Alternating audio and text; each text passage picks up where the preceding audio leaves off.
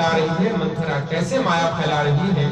कैकेयी के सामने कहती है कि सारी आशाएं तो एक ही बार कहने में पूरी हो गई, अब तो दूसरी जीभ लगाकर कुछ कहूंगी तो मेरा अभागा कपाल तो फोड़ने के योग्य ही है।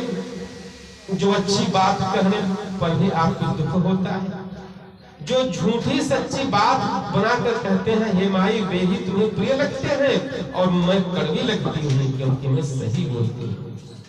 कोई व्यक्ति अगर अपने बात पर प्रेशर देना चाहता है, दबाव देना चाहता है, तो कहता है कि मैं सत्य कह रहा हूँ। सत्य का सहारा लेकर के व्यक्ति अपने दबाव को बनाता है, प्रेशर को बनाता है। उसी प्रकार से मंथरा जो है अपना प्रेशर बना रही है कैकेयी के ऊपर। कहती है जो झूठी सच्ची बातें बनाकर कहते हैं हे माई वे तो तुम्हें प्रिय लगते हैं, और जो कड़वी लगती है, जो सत्य होती है और तुमको कड़वी लगती है। ठकुर सुभाती तो मैं भी कहूंगी, अब चलो जो तुम कहोगी वही हम भी कहेंगे, लेकिन हम तुम्हारे हित की बात करना चाहते थे, नहीं तो दिन रात हमेशा चुप ही रहती हूँ, मैं कहाँ कुछ बोलती हूँ। अब कैकेयी को वास्तव में डाउट हो गया, शंका हो गया, कुछ तो बात सच्चाई है। तो कहती है मंथरा कि विधाता ने तो मुझे पहले से ही बदसूरत बना दिया है, कुरूप बना दिया है, मैं कुबड़ी हूँ, दूसरों को दोष क्या दूंगी मैं। क्या बात है, बोलने की तरीका देखिए मंथरा कैसे बोलती है। मैं तो स्वयं ही दोषी हूँ तो दूसरों को दोष क्या दूंगी, जो बोया है वही तो काटा है हमने। संसार में व्यक्ति जो बोता है वही काटता है, इसमें कोई दो राय नहीं। और कहती है कोई तो हो ये हमें कहानी, चेर छाड़ अब होठ की रानी। राजा कोई बने, चाहे राम बने चाहे भरत बने, हम तो दासी की दासी ही रहेंगे, रानी तो हो नहीं जाऊंगी मैं। इतनी मीठी मीठी बातें मंथरा बता रही है माता कैकेयी को कि माता कैकेयी की बुद्धि कैसे न बिगड़ जाए भाई। बिगाड़ने की पूरी तैयारी कर रखी है तो बुद्धि तो बिगड़ेगी। आधार रहित अस्थिर बुद्धि की स्त्री और देवताओं की माया के वश में होने के कारण रहस्ययुक्त कपट भरे प्रिय वचनों को सुनकर रानी कैकेयी ने बैरिन मंथरा को अपनी बहुत ही प्रिय मान लिया, हितैषी मान लिया मंथरा को। माता कैकेयी ने मेरे लिए बहुत अच्छी बात हुई। हर समाज में, हर परिवार में देखेंगे कहीं न कहीं कुछ लोग ऐसे होते हैं जिनको दूसरों के बिगाड़ने में बड़ा मजा आता है।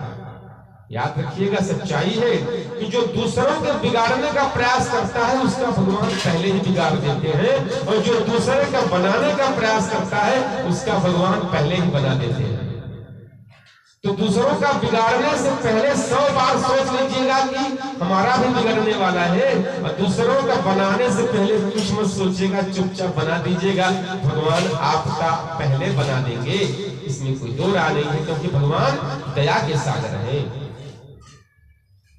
तो मंथरा ही रह गई जीवन भर, और राम तो 14 वर्षों तक वनवास करने के बाद फिर से राजा हो गए थे, और आज गद्दी उनको प्राप्त हुई। तो अपनों से सावधान रहो तो गैरों से निपट लेंगे भैया। इसलिए हमें कभी कभी उन अपने लोगों से सावधान रहना चाहिए जो धर्म से हट करके जीवन जी रहे हैं, जो प्रकृति के बस में जीवन जी रहे हैं। भाई दो तरह से जीवन जीना है, या तो भगवान के सहारे जियो या तो प्रकृति के सहारे जियो।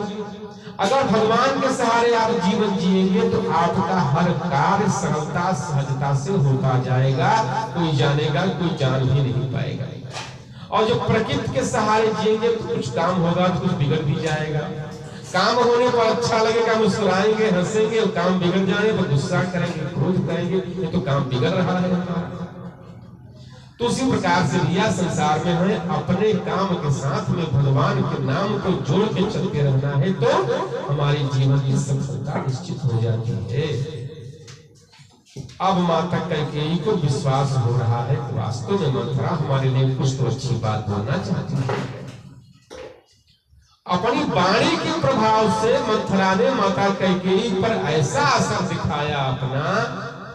भाषा बोलने वालों की, कुछ लोगों के पास बड़ी बोलने की कला होती है भाई, बड़ी अच्छी मीठी मीठी भाषा बोल लेते हैं और समझा देते हैं कि बड़े बड़े लोग उनकी बातों में आ करके उलझ जाते हैं। बोली जो बोलना जान जाए वो क्या न कर ले अपने जीवन में, किसको न अपने बस में कर ले। और जो कुछ नहीं बोलना जानता है उसके लिए तो भगवान खड़े हैं पहले से।